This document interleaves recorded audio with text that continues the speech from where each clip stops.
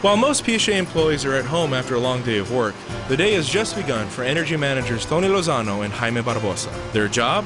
To develop energy-saving recommendations, communication, accounting, enforcement of district policies regarding energy management, and to go to different campuses and departments and perform audits. Most of our audits are at night when people aren't there. The reason is we want to make sure that everything is shut down. It's in a shutdown mode. Audits also include checking for water and gas leaks that could prove costly. Mechanical rooms are checked to ensure equipment is off or on as per the district HVAC schedule. Tony and Jaime can't be everywhere at once, so they use loggers that can monitor humidity and temperature. The information is then converted into a database. Audits are the only way an effective conservation program can work. The new energy conservation program requires change. With change comes resistance. So teachers and staff new to energy conservation were educated on how they can make a difference. We would give them the reasoning behind it, the positives versus the negatives, and really in the end there were no negatives. Everything's positive. It was a win-win situation. We might take maybe a few seconds out of the day just to turn off some of the items. But in the long term, we're talking about thousands going back to the schools. Because if we save $1, that's $1 that we can put back to our kids. If during the audit, equipment is found to be left on, an oops note is placed on the teacher's desk as a friendly reminder. This applies to all district employees. Everyone in this district will get an oops note, a reminder. And that's everyone, from the superintendent all the way down to the teacher, to the custodian, because this is a program about all of us together. Just let the teacher a reminder saying, hey, we can do us a favor and just shut these off at the end of the day. In the long run, again, you'll see a big difference. Coming back to the district. If you do everything correct, we give you a thank you note.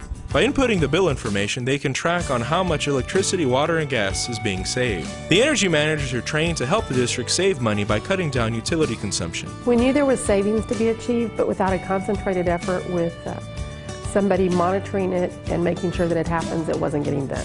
What I like to do and give them a better perspective is I use their home.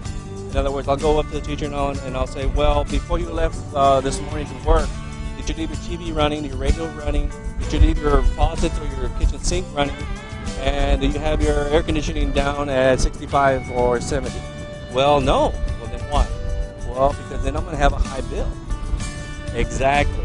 And that's my perspective that I do to educate them. They coordinate energy shutdowns several times a year. During shutdowns, equipment is to be shut down and unplugged. A report will then be distributed to all site directors and principals. Since implementation of the energy conservation program, improvements have been made throughout the district. We've seen improvements in the elementary level, middle schools.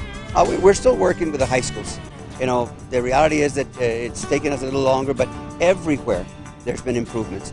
We've seen an estimated $2.2 million in avoided cost by implementing this program, which has been great to the overall budget for the district.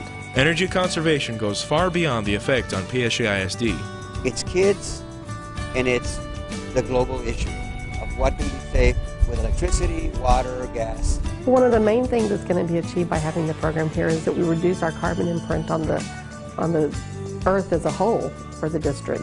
And we're also teaching our students and our staff and everybody about the importance of saving energy and what it does to the environment and what it does in terms of the bottom line for the district. Conserving energy requires constant vigilance. We have to sustain this program continually. It's not a program that you can start and then not audit, let's say 2 months later, because people by habit will go back to habits that they might have had. Our kids are going to be around for a long time. PSJA is going to be around for a long time. So if we can continue to save, $1 million a year, put it back into the schools, the more the better. The Energy Education Department works diligently to ensure continued savings and never compromises two key issues of the program: safety and comfort. This department also works in accordance with state law. There was a new state law that said districts had to reduce their energy by 5% a year.